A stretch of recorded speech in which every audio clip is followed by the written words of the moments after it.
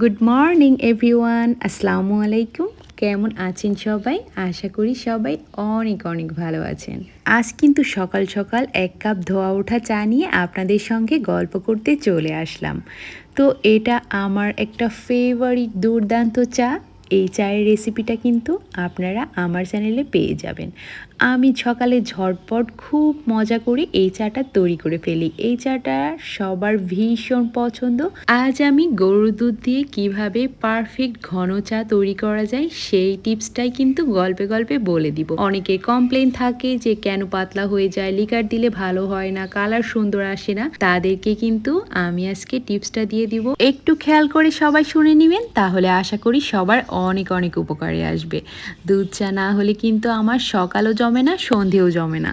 সকালের ব্রেকফাস্ট শেষে কিন্তু এক কাপ ধোয়া ওঠা দুধ চা না হলে সকালটা ভালোভাবে শুরুই হয় না, কোনো কাজেও মন বসে না। আপনাদের কেমন হয় অবশ্যই আমাকে কমেন্ট করে জানাবেন। আপনারা যদি বাসায় গরুর দুধ দিয়ে পারফেক্ট ঘন চা তৈরি করতে চান, তাহলে আমার এই টিপসটা অবশ্যই অবশ্যই ফলো করবেন। কারণ এই টিপসটা ফলো না করলে ইনস্ট্যান্ট দুধ জাল করে দুধ চা তৈরি করলে কিন্তু একেবারে পারফেক্ট হয় না, ঘন হতে চায় না। অনেকেই কমেন্ট করেন যে দুধ চা কেন ঘন হয় না, পারফেক্টভাবে কেন তৈরি করতে পারেন না, পাতলা হয়ে যায় লিকার দেওয়ার পর। আমি তাদেরকে বলবো, যদি আপনাদের এই সমস্যাটা হয়ে থাকে গরুর দুধ দিয়ে চা তৈরি করার সময়, তাহলে আপনারা যেটা করবেন, অবশ্যই অবশ্যই যে কাজটা করবেন, আগের দিন রাতে দুধটা জাল করে রাখতে হবে।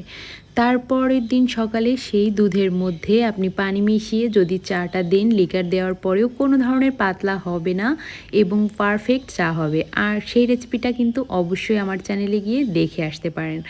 আপনারা যদি মনে করেন যে সকালবেলা 4 কাপ চা তৈরি হবে, তাহলে কিন্তু আপনার 2.5 কাপ দুধ জাল করে খুব সুন্দরভাবে ঘন করে ফেলতে হবে। সকালবেলা আরও 2 কাপ পানি অ্যাড করে আপনি চাটা ফুটিয়ে তারপর কিছুক্ষণ ফোটানোর পর 2 মিনিট চার পানিটা ফোটার পর কিন্তু আপনি সেখানে লিকার অ্যাড করবেন।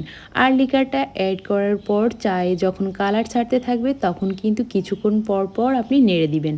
এভাবে নেড়ে দিলে চায়ের কিন্তু খুব সুন্দর একটা ঘ্রাণ বের হয় এবং লিকারটাও খুব ভালোভাবে ছাড়ে। আপনি এভাবে লিকারটা ছাড়ানোর জন্য বারে বারে নেড়ে দিবেন। এবং চা যে পরিমাণ লিকার দিয়ে আপনি চাটা তৈরি করবেন, অনেকে হালকা পছন্দ করে, অনেকে গাঢ় পছন্দ করে।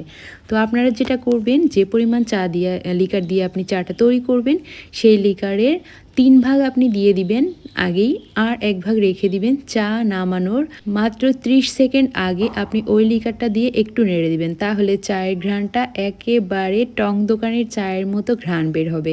আমি এই কাজটা সব সময় করি, আপনারা চাইলে কিন্তু এই কাজটা করে নিতে পারেন। তো আজ এ পর্যন্ত, সবাই ভালো থাকবেন। আল্লাহ হাফেজ।